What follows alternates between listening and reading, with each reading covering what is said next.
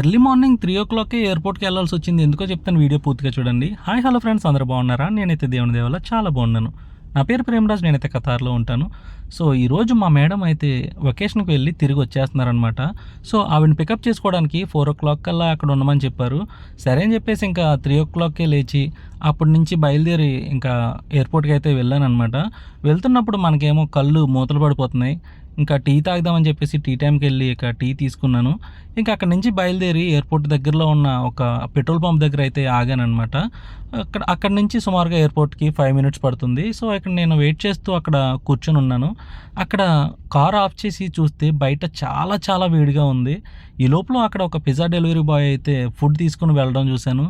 కార్‌లో వెళ్తున్న మాకే ఇంత వేడొచ్చేస్తూ ఉంటే ఇంకా బయటే వర్క్ చేసే వాళ్ళకి ఎంత వేడిగా ఉంటదో అసలా ఆలోచించడానికే చాలా కష్టంగా ఉంది. పాపం వాళ్ళు చాలా కష్టపడుతున్నారు. అసలు వాళ్ళ గురించి కంప్లీట్ ఒక వీడియో చేయాలనేసి నేనైతే అనుకుంటున్నాను. ఎంతమంది ఆ వీడియో కావాలంటారో కామెంట్ చేయండి. కంపల్సరీగా వాళ్ళ కోసం కంప్లీట్ డీటెయిల్స్ అయితే నేను దాంట్లో చెప్తాను. ఇక అక్కడి నుంచి మా మేడం కాల్ చేసిన తర్వాత ఎయిర్పోర్ట్‌కి అయితే వెళ్ళి మేడం తీసుకొని ఇంటికైతే వచ్చేసాను. ఇంటికొచ్చినప్పటికి సుమారుగా 5:00 అయిపోయింది. ఎర్లీ మార్నింగ్ 5 అయినప్పటికీ చూడడానికి వాతావరణం చాలా చల్లగా కనిపిస్తుంది. కానీ గుబులు మాత్రం చాలా ఎక్కువ వచ్చేస్తుంది. సుమారుగా 38 డిగ్రీస్ అయితే ఉందనమాట.